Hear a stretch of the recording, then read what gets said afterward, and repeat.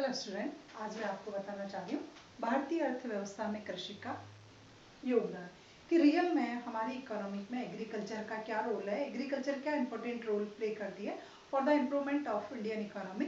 भारतीय अर्थव्यवस्था की कंडीशन को सुधार करने के लिए एग्रीकल्चर का क्या पावरफुल रोल है, प्लस उसके 25 जो है इम्पोर्टेंस के पॉइंट्स वो एक्सप्लेन कर रही हूँ कि रियल में कैसे रोल प्ले करती है। तो इंडियन एग्रीकल्चर की क्या कंडीशन, आप सभी लोग जानते हैं कि almost 70% population adopted as agriculture as a main occupation. हमारे देश की 70% 70 to 60% जो पॉपुलेशन है उन्होंने एग्रीकल्चर को as a main occupation adopt कर रखा है। Indian agriculture is based on the development of agriculture. हमारी अर्थव्यवस्था का विकास तभी संभव है जब कृषि का विकास होगा, क्योंकि भारतीय अर्थव्यवस्था एक कृषि प्रधान अर्थव्यवस्था है। देन फर्स्ट पॉइंट है contribution in GDP, gross domestic productions में एटलीस्ट एग्रीकल्चर का क्या कंट्रीब्यूशन है। देन फर्स्ट इंपॉर्टेंट का पॉइंट है कि it play a powerful role to increase our GDP.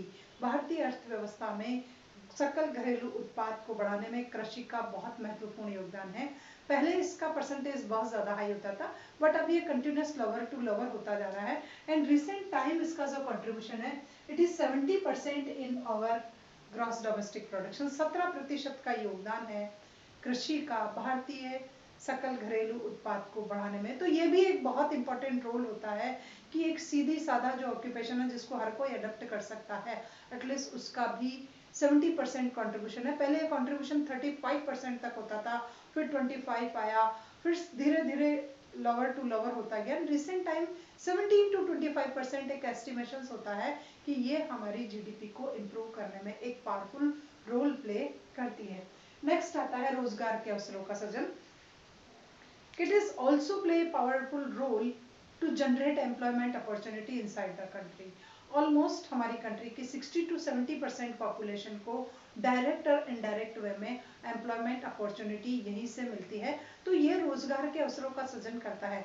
भारतीय अर्थव्यवस्था में जो बेरोजगारी एक बहुत भयंकर समस्या है, एटलीस्ट उसके समाधान में कुछ हद तक ये सहायता प्रदान करता है। It help in to reduce the critical situation of unemployment inside the country.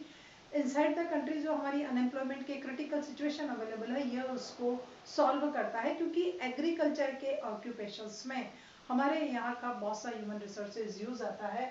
तो ये रोजगार के अवसरों को उत्पादन करता है।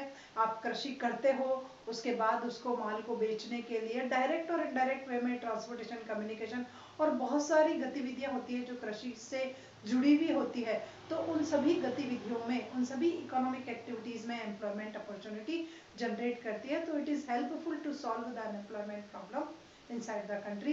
बेरोजगारी की समस्या को समाधान करने में कृषि का विकास, ये भारतीय कृषि एक महत्वपूर्ण योगदान करती है और यहाँ के जो है युवा पीढ़ी या यहाँ का जो भी है उसको रोजगार के अवसर प्रदान करती है।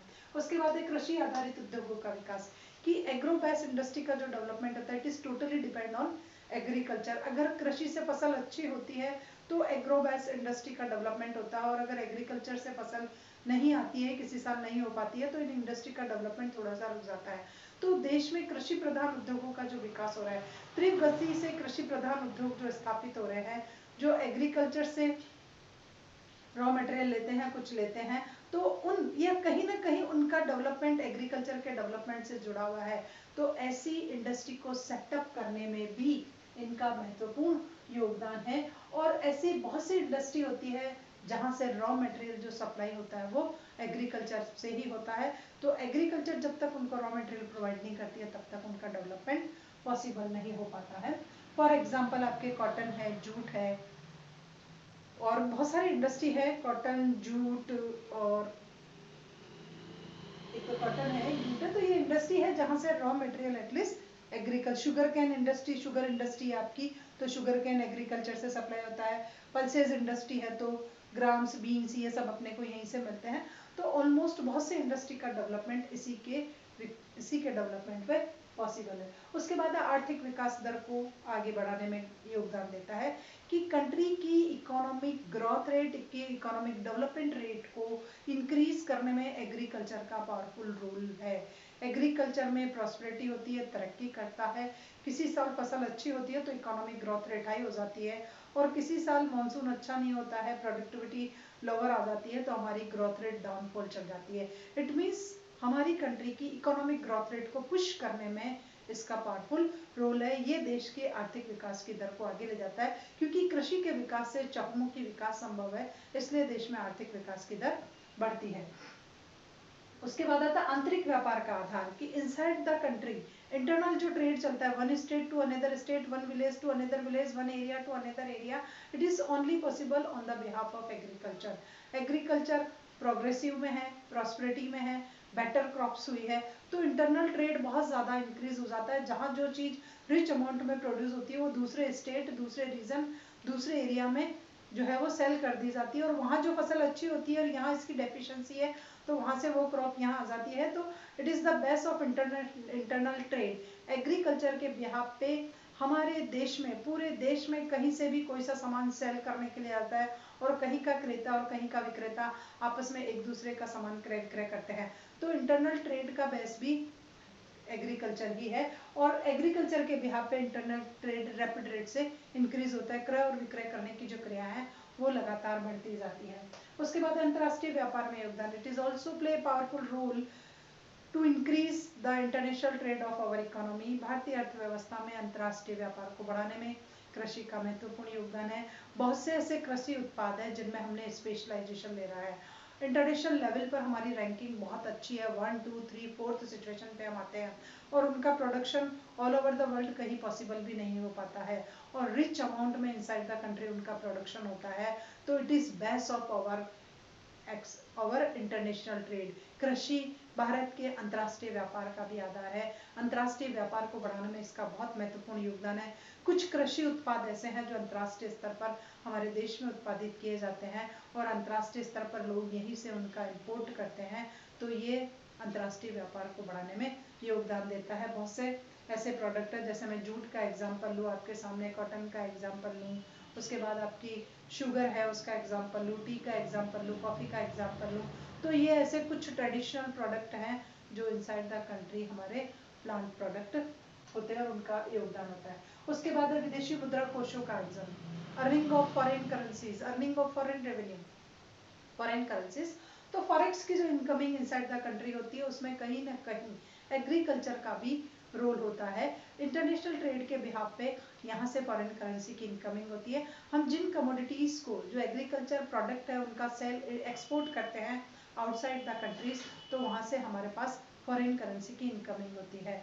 तो विदेशी मुद्रा स्रोतों की जो अर्निंग होती है उसका सोर्सेज भी एग्रीकल्चर है, कृषि है। कृषि के कारण जब हमारा निर्यात व्यापार बढ़ता है, तो निर्यात व्यापार के कारण हमारे को विदेशों से विदेशी मुद्राओं की प्राप्ति होती है, जिससे हमारे यहाँ विदेशी मुद्रा के जो कोष हैं वो बढ़ जाते हैं। फॉरेन करेंसीज के जो रिजर्व होते हैं आरबीआई के पास, एटलीस्ट वो इंक्रीज होने लग जाते हैं, जिससे इनसाइड द कंट्री जो कंडीशंस होती है वो इंटरनेशनल मार्केट में हमारी कंट्री की स्ट्रांग हो जाती है। उसके बाद है डेयरी उद्योग के विकास का आधार, it is base of the dairy industries also. Dairy industry में ओनली मिल्क प्रोडक्ट और मिल्क एंड मिल्क प्रोडक्ट का जो है वो प्रोडक्शन होता है। तो डेयरी इंडस्ट्री से पहले मैं आपको बता देती हूँ, it is base of cattle rearing industry. Cattle पशुपालन उद्योग के विकास का भी आधार है। कृषि जो है वो पशुपालन उद्योग के विकास का आधार है, क्योंकि इंडियन इकोनॉमी में एग्रीकल्चर के साथ साथ cattle rearing as a side का जो है आपका बिजनेस वो हो जाता है, कि आप साइड में या तो डेयरी कर रहे हो या कैटल रियरिंग कर रहे हो। तो कैटल रियरिंग से क्या होता है, पशु पालने से आपको मिल्क मिलता है, दूध मिलता है, और पशुओं के और भी बहुत से जो फायदे होते हैं वो मिल जाते हैं, कि आप उससे मैन्योर प्रिपेयर कर सकते हो पशुओं से, उनकी खाल, चमड़े और बहुत सी चीज़ें काम में आती है। बट ऑलमोस्ट हमें मिल्क प्रोडक्ट पे ध्यान देना है, कि कैटल रियरिंग से हमें मिल्क प्रोडक्ट आसानी से मिल जाता है। पहली बात, पशुपालन उद्योग के विकास का आधार है। पशुपालन उद्योग में बहुत से लोगों को रोजगार मिलता है। बहुत से इनसाइड द कंट्री हम देखते हैं कि हमारी रैंकिंग बहुत अच्छी है। ऑल ओवर द वर्ल्ड जो है, जो 10% जो एनिमल्स है वो इनसाइड द कंट्री मिलते हैं हमारे देश में। पूरे विश्व के 10 से 11% जो है पशु वो हमारे देश में देखने को मिलते हैं। तो पशुपालन उद्योग बहुत बड़े आधार पर भारत में किया जाता है, जिससे लोगों को रोजगार भी मिलता है, अर्निंग भी होती है, और पशुओं से बहुत से जो उत्पाद होते हैं उनका हम व्यवसाय भी कर सकते हैं। तो it is the base of cattle rearing industry also. Next आता है डेयरी इंडस्ट्री। कैटल रियरिंग से अटैच होती है dairy industry and it is also possible the development of dairy industry due to agriculture. Agriculture की prosperity है, agriculture rapid rate से अच्छी हो रही है, वहाँ तरक्की है, वहाँ विकास हो रहा है। तो एग्रीकल्चर अच्छी होने की वजह से कैटल रियरिंग इजी गोइंग हो गई, और जब कैटल रियरिंग इजी गोइंग होती तो डेयरी इंडस्ट्री को वहीं से मिल्क मिलेंगे और उन्हीं मिल्क से वो जो है वो मिल्क प्रोडक्ट प्रिपेयर किए जा सकते हैं।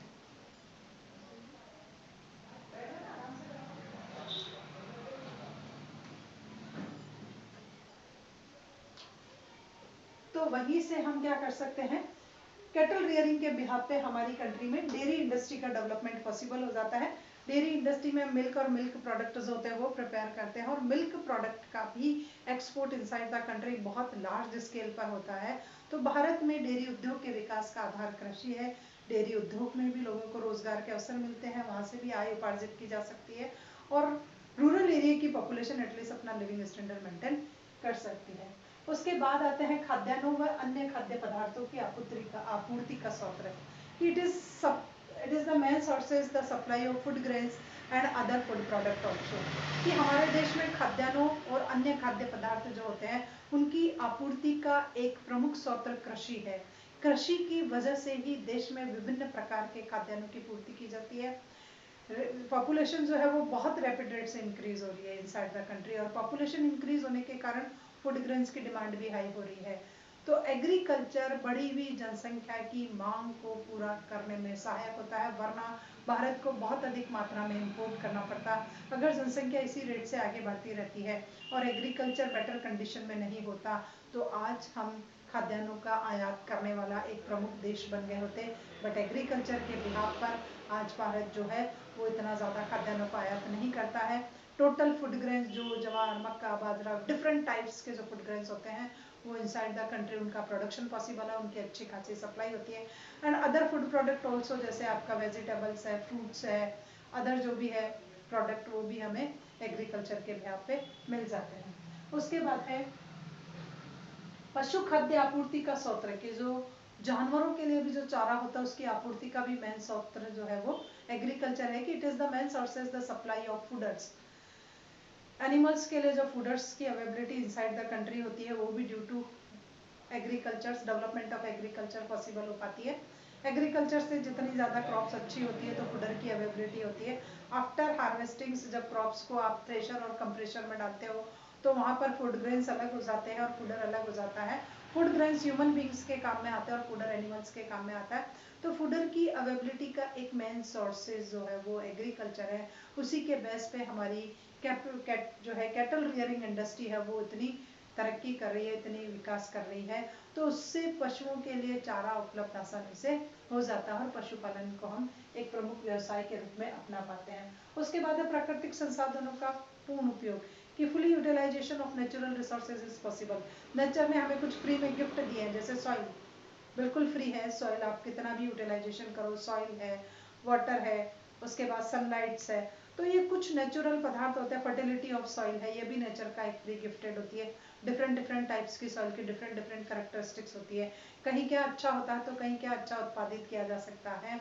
तो कृषि के कारण हम इन प्राकृतिक संसाधनों का पूर्णतः सदुपयोग कर पा रहे हैं, वरना ये हवा, ये पानी, ये सूर्य का प्रकाश और ये मिट्टी हमारे किसी भी काम के नहीं होते अगर एग्रीकल्चर जैसा एक मेन ऑक्यूपेशन नहीं होता। तो it is possible only due to agriculture एक ऑक्यूपेशन है, और वहाँ हम इन नेचुरल रिसोर्सेज का यूज़ कर सकते हैं, यूटिलाइजेशन करते हैं किसी प्रोडक्टिव एक्टिविटीज़ में, और उसके बिहाफ पे हम इकोनॉमिक बेनिफिट को गेन कर सकते हैं। उसके बाद है मानव संसाधनों का पूर्ण उपयोग, कि inside the country human resources rich amount में अवेलेबल है, सेकेंड हाईएस्ट पॉपुलेटेड कंट्री है। तो एग्रीकल्चर में लेबर इंटेंसिव मेथड को फॉलो किया जाता है। इस वजह से यहाँ देश में जितने भी मानवीय संसाधन हैं उनका डायरेक्ट या इनडायरेक्ट, प्रत्यक्ष और अप्रत्यक्ष रूप से पूर्ण सदुपयोग संभव हो पाते हैं। मानवीय संसाधनों का समुचित प्रयोग किया जा सकता है, उन्हें रोजगार के अवसर दिए जाते हैं, और उनकी जो योग्यता है, उनकी जो स्किल है, उसका उनका जो अनुभव है उसका जो है प्रयोग हम कृषि में कर सकते हैं। तो यहाँ मानवीय संसाधनों का पूर्ण विकास भी भारतीय अर्थव्यवस्था में कृषि के माध्यम से संभव हो पाया है, वरना इतना लार्ज स्केल का जो ह्यूमन रिसोर्सेज है वो वेस्ट होता, उसका ज़्यादा यूटिलाइजेशन पॉसिबल नहीं हो पाता। जो 70% जो पॉपुलेशन एटलीस्ट एग्रीकल्चर में जो है ऑक्यूपाइज्ड है, तो वो यूटिलाइजेशन पॉसिबल नहीं हो पाता। उसके बाद लघु व कुटीर उद्योग का विकास, कि इनसाइड द कंट्री जो स्मॉल स्केल इंडस्ट्री और कोटेज इंडस्ट्री का डेवलपमेंट हो रहा है, it is only due to agriculture. कृषि के द्वारा ही देश में कुछ ऐसे प्रोडक्ट होते हैं, जैसे मैंने कहा कॉटन सीड्स है, तो कॉटन सीड्स को कॉटन के बॉल से कॉटन सीड को अलग अलग करना, कॉटन को अलग करना, कॉटन से फिर थ्रेड में कन्वर्ट करना, तो ये स्मॉल और कॉटेज इंडस्ट्री का काम होता है। हमारे खादी ग्राम उद्योग जो होता है उसमें ये सब हैंड स्पिन होता है, वीविंग होता है, ये सब काम चलता रहता है। तो ये ओनली एग्रीकल्चर प्रोडक्ट के भी आते हैं। जैसे गुड़ इंडस्ट्री है इनसाइड द कंट्री, तो वो भी यही है कि जो है हमारे जगेरी बनाई जाती है शुगर केन के माध्यम से, फिर गुड़ इंडस्ट्री का डेवलपमेंट होता है। तो कहीं ना कहीं जो छोटे छोटे उद्योग स्थापित है, जो कृषि द्वारा उत्पादित पदार्थों को कच्चे माल के रूप में as a raw material use करते हैं, और फिर उसको अपने हैंडमेड से या बहुत लोअर एफर्ट से या बहुत अनस्किल्ड लेबर की मदद से भी उसको फिनिश गुड्स में कन्वर्ट कर देते हैं। तो देश में लघु उद्योगों का विकास भी हमारे यहाँ इसी के माध्यम से संभव है। उसके बाद है कृषक व ग्रामीण जनसंख्या के जीवन स्तर में सुधार का आधार, कि एग्रीकल्चर के द्वारा जो है इनसाइड द कंट्री हम देखते हैं कि फार्मर का जो जीवन स्तर है वो इसी वजह से सुधरा हुआ है। ऊपर वाले को ऑफ कर देते हैं।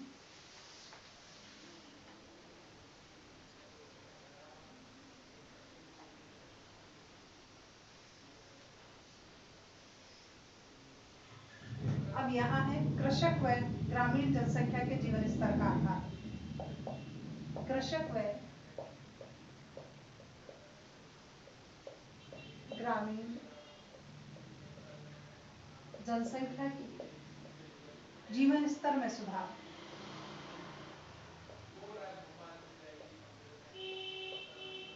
कि एग्रीकल्चर का एक इम्पोर्टेंट रोल है। ये एग्रीकल्चर की इम्पोर्टेंस ये है कि रूरल एरिया में एक तो फार्मर और रूरल पॉपुलेशन उन दोनों के लिविंग स्टैंडर्ड को मेंटेन करने में, इम्प्रूव करने में एग्रीकल्चर का पावरफुल रोल है। एग्रीकल्चर में प्रॉस्पेरिटी होती है तो लिविंग स्टैंडर्ड जो है फार्मर का और रूरल पॉपुलेशन का इंक्रीज हो जाता है। तो कृषि जो है वो भारतीय ग्रामीण क्षेत्रों की जनसंख्या की दशा को सुधारने का एक इम्पोर्टेंट सोर्सेज है। कृषि के माध्यम से भारत के गाँवों का विकास संभव है, भारतीय जनसंख्या का विकास संभव है। कृषक का जो है जीवन स्तर वो सुधर सकता है, उसकी आय के माध्यम से वो अपने लिविंग स्टैंडर्ड को मेंटेन कर सकता है, अच्छा जो है न्यूट्रिशंस फूड्स ले सकता है, अच्छा एजुकेशन प्राप्त कर सकता है, अच्छी हेल्थ और मेडिकल फैसिलिटी को वो अचीव कर पाता है। तो it is only possible due to the development of agriculture.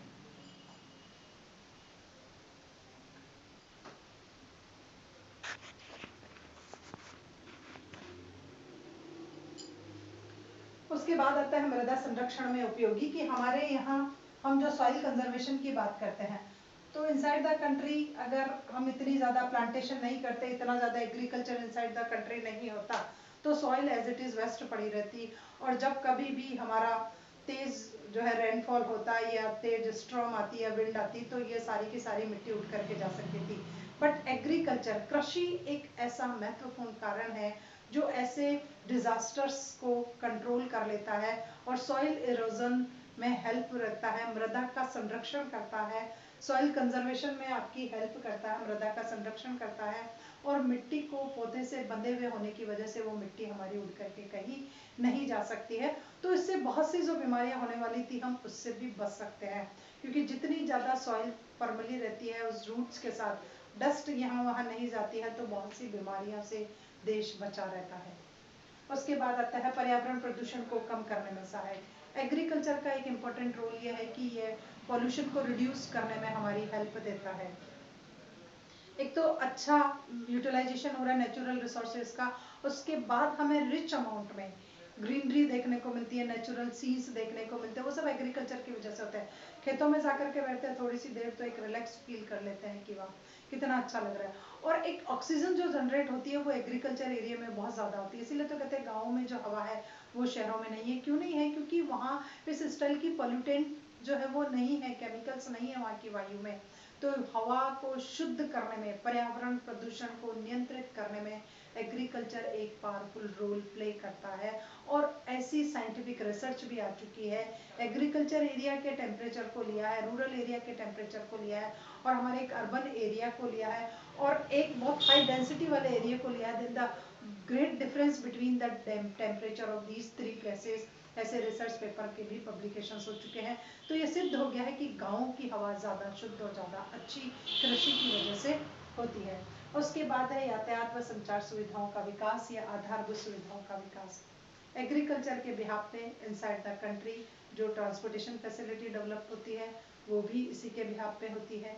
हमारे देश में एग्रीकल्चर प्रोडक्ट को सेल करने, ट्रांसपोर्ट करने, एक स्थान से दूसरे स्थान पर भेजने, इसके लिए ट्रांसपोर्टेशन की बहुत ज़्यादा रिक्वायरमेंट होती है।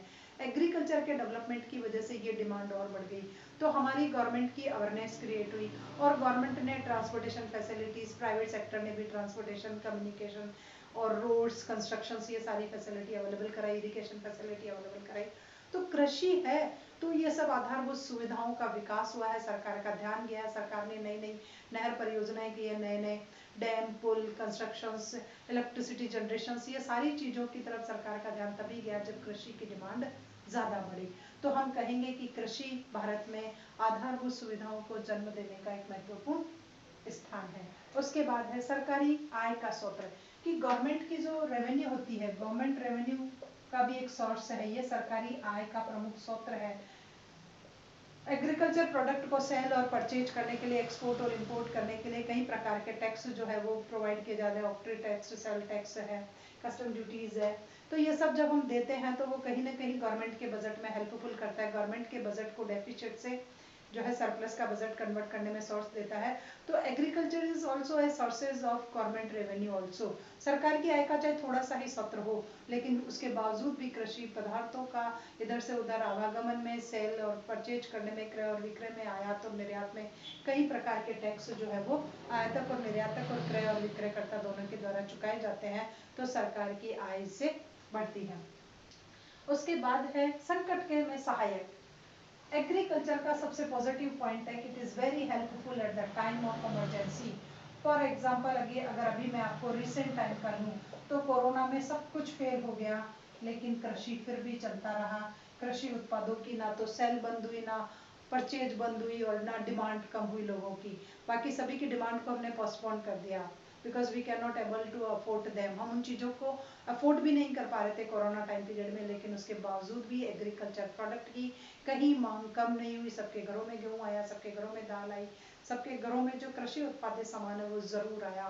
तो ये एग्रीकल्चर सेक्टर की एक बहुत ज़्यादा अच्छी इंपॉर्टेंस है कि it is very helpful at the time of emergency and critical situation inside the country. कोई क्रिटिकल सिचुएशन क्रिएट हो गई हो तो कृषि आपके विकास का आधार रहेगा, क्योंकि वो निरंतर चलने वाली गतिविधि है, उसमें कहीं कोई अवरोध नहीं आता, because it is not depend on artificials, it is depend upon only nature. वो नेचर पे डिपेंड है, नेचर अच्छा रहता है तो अच्छी फसल होती है, कम रहता है तो खराब फसल होती है। इस वजह से एक कारण हो रहा है। उसके बाद है औद्योगिकरण में सहायक। एग्रीकल्चर की एक इम्पोर्टेंस ये है कि it is very helpful in the development of industrialisation. Country में इंडस्ट्री के सेटअप को लेकर के अगर हम देखें तो बहुत सी इंडस्ट्री एग्रीकल्चर के बिहाफ पर ही इनसाइड द कंट्री जो है वो सेटअप हो पाई है। अगर एग्रीकल्चर नहीं होती तो उन इंडस्ट्री का सेटअप भी पॉसिबल नहीं हो पाता। जैसा मैंने बहुत से एग्जांपल लिए कि बहुत सी इंडस्ट्री जो है वो रॉ मटेरियल एग्रीकल्चर का यूज़ करती है, तो वो इंडस्ट्री तब तक सेटअप नहीं होती कंट्री में जब तक रॉ मटेरियल की सप्लाई नहीं होती। बट रॉ मटेरियल की सप्लाई हो रही है तो ऐसी इंडस्ट्री का सेटअप कंटिन्यूस हो रहा है। तो inside the country best industry का डेवलपमेंट भी पॉसिबल हो रहा है एग्रीकल्चर की वजह से, कृषि की वजह से। भारत में औद्योगिकरण तीव्र गति से फैल रहा है। एक के बाद ऐसे उद्योग धंधों की स्थापना होती जा रही है जो कृषि जन्य पदार्थों को as a raw material use करती हो। उसके बाद हम देखें कि वित्तीय संस्थाओं की स्थापना, कि भारत में जब तक पहले कृषि के लिए कोई भी बैंक नहीं था, लेकिन जैसे ही कृषि विकास करने लगा तो भारत में एक के बाद एक बहुत सी संस्थाओं की स्थापना होने लग गई।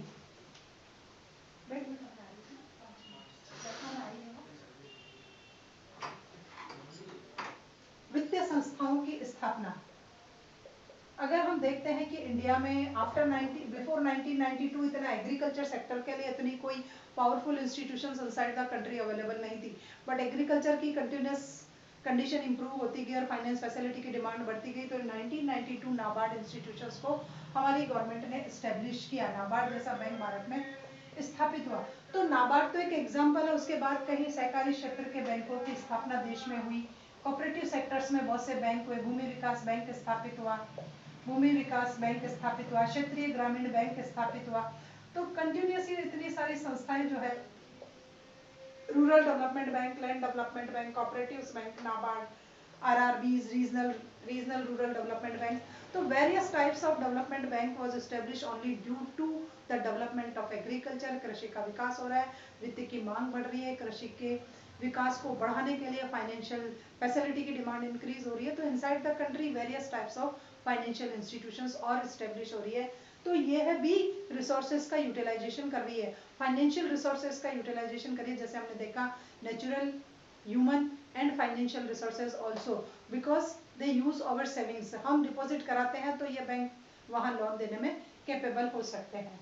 उसके बाद है पूंजी निर्माण का आधार। पूंजी निर्माण का आधार inside the country capital formation में ये पावरफुल रोल प्ले करते हैं। जैसे मैंने आपको बताया कि बैंक एस्टेब्लिश हो रहे हैं, तो यहाँ कहीं ना कहीं किसी न किसी की सेविंग जो है वो जा रही है, और फिर सेविंग के बिहाफ पे कैपिटल फॉर्मेट होकर के इन्वेस्ट हो रही है एग्रीकल्चर एरिया में। अब अगर एग्रीकल्चर एरिया की कंडीशन बहुत अच्छी है, बहुत पावरफुल है, बहुत स्ट्रांग है, अच्छी क्रॉप्स आ रही है, अच्छी इनकम हो रही है, प्रॉफिट कंडीशंस में है, तो फार्मर कहीं ना कहीं अपनी सेविंग को वापस इनसाइड द कंट्री इन्हीं बैंक्स में डिपॉजिट कराते हैं, जहां से इनका यूटिलाइजेशन इंडस्ट्रियलाइजेशन के लिए, कॉर्पोरेट सेक्टर के लिए किया जा सकता है। It may be possible. तो ये कैपिटल फॉर्मेशन की रेट को हाई करते हैं, देश में पूंजी निर्माण की दर को बढ़ाने में योगदान देते हैं। उसके बाद है बाजार के विकास का आधार, कि इनसाइड द कंट्री हम देख रहे हैं कि मार्केट का जो एक्सपांशन हो रहा है वो बहुत रैपिड रेट से हो रहा है, तो बाजार के विकास का आधार भी हमारी कृषि है, क्योंकि इनसाइड द डिमांड बहुत ज्यादा हाई है, सप्लाई भी बहुत हाई है, एग्रीकल्चर प्रोडक्ट की इंटरनेशनल लेवल तक डिमांड है, तो हमारा मार्केट इनसाइड द कंट्री ही नहीं रह करके ऑल ओवर द वर्ल्ड हो गया। तो एक्सपेंशन ऑफ मार्केट हो रहा है, it is only due to the development of agriculture. कृषि का विकास हो रहा है, कृषि जन्य पदार्थों की उत्पत्ति अच्छी हो रही है, अंतर्राष्ट्रीय स्तर पर उनकी मांग हो रही है, तो भारत का बाजार भी निरंतर बढ़ता जा रहा है, हमारे संपर्क अनेक देशों से कृषि के माध्यम से होते जा रहे हैं। उसके बाद है देश की समृद्धि का आधार, कि हमारी जो समृद्धि है, हमारी जो प्रॉस्पेरिटी है, it is totally depend upon agriculture. तो भारतीय अर्थव्यवस्था की समृद्धि का आधार भी इंडियन एग्रीकल्चर है। भारत को कृषि प्रधान देश के नाम से जाना जाता है, और कृषि अच्छी होती है तो भारत की समृद्धि भी ऑल ओवर द वर्ल्ड बहुत अच्छी हो जाती है। उसके बाद है अंतर्राष्ट्रीय संबंधों का आधार। इंटरनेशनल जो हमारी रिलेशनशिप है वो भी एग्रीकल्चर के बिहाफ पे बहुत ज़्यादा अच्छी है। कुछ कंट्रीज को हमारा प्रोडक्ट बहुत ज़्यादा पसंद आता है, कंटिन्यूस हम उनको एग्रीकल्चर प्रोडक्ट को सेल करते हैं और वहाँ से कैपिटल गुड्स का इंपोर्ट करते हैं, तो इससे इंटरनेशनल लेवल पर हमारी जो रिलेशनशिप है वो बहुत ज़्यादा स्ट्रॉन्ग हो गई है। तो ये अंतर्राष्ट्रीय संबंधों का आधार भी कृषि है, कि भारतीय कृषि जन्य पदार्थों को उपभोग करने वाले देश इतने हैबिचुअल हो चुके हैं कि उनको इंडिया की चाय चाहिए, इंडिया की शक्कर चाहिए, इंडिया का ही कॉटन मैट जो है वो कॉटन फाइबर्स चाहिए, तो ये हमारे उनसे रिलेशनशिप को स्ट्रॉन्ग करता है। और लास्ट में है भारतीय अर्थव्यवस्था की रीढ़ की हड्डी, Indian agriculture is the backbone of our economy, हमारी अर्थव्यवस्था का आधार है, रीढ़ की हड्डी है। भारत इसी वजह से सीधा खड़ा है क्योंकि उसका बैक में सपोर्ट करने के लिए एग्रीकल्चर है। आगे कुछ भी चलता रहे उटल पुटल इनसाइड द कंट्री, इसको पुश करने के लिए एग्रीकल्चर जैसी बैकबोन है, इसलिए भारतीय अर्थव्यवस्था में कृषि का इतना ज़्यादा विकास हो रहा है। तो ये पूरा भारतीय अर्थव्यवस्था की कृषि का एक छोटा सा मानचित्र है जो मैंने आपको दर्शाया कि रियल में एग्रीकल्चर कितनी पावरफुल है, कितनी इंपॉर्टेंट रोल प्ले कर रही है हमारी इकोनॉमी को पुश करने के लिए, हमारे यहाँ जितने भी रिसोर्सेज अवेलेबल है उनका यूटिलाइजेशन करने में, हमारी रेवेन्यू जनरेट करने के लिए, हमें अच्छी लाइफस्टाइल देने के लिए, हमारी नॉलेज को इंक्रीज करने के लिए। ये भी हो सकता है कि it is the base of अनुसंधान और खोजों का आधार भी हो सकता है। एक और पॉइंट्स, अनुसंधान व खोजों का आधार। आज आप देख रहे हो न्यू न्यू इन्वेंशंस होते हैं एग्रीकल्चर की फील्ड में, कि आज हमने ऐसे इनोवेटिव आइडिया से ये जो है फसल वो निकाली, ये निकाली, इतना टेम्परेचर चाहिए, ये जो ओजोन लेयर और ये ग्रीन हाउस इफेक्ट, और ये सारी चीज़ें एग्रीकल्चर सेक्टर में ढेरों इन्वेंशंस हो रहे हैं। किस वजह से हो रहे हैं? बिकॉज एग्रीकल्चर प्रॉस्पेरिटी है, अच्छा है, आप इम्प्रूवमेंट करना चाह रहे हो, आप प्रोडक्टिविटी को इम्प्रूव करना चाह रहे हो, तो हमारे देश में अनेकों साइंटिस्ट एग्रीकल्चर की कंडीशंस को इम्प्रूव करने के लिए रिसर्च में इन्वॉल्व हो रहे हैं। तो ये भी एक सब्जेक्ट हो गया है स्टडी करने का, हमारे फ्यूचर को ब्राइट करने का, और एक इनोवेटिव आइडियाज से अब हम क्रॉप्स को जो है वो क्रॉप्स की हार्वेस्टिंग कर रहे हैं, एक अलग तरीके से फसल को उगाने का प्रयास करें, एक नए स्वरूप के साथ और नए टेम्परेचर में और नए क्लाइमेट के साथ हम हमारी प्रोडक्टिविटी को इम्प्रूव कर रहे हैं। तो ये अनुसंधानों व खोज का आधार भी भारतीय कृषि बन रही है। तो these are the 27 importance of agriculture.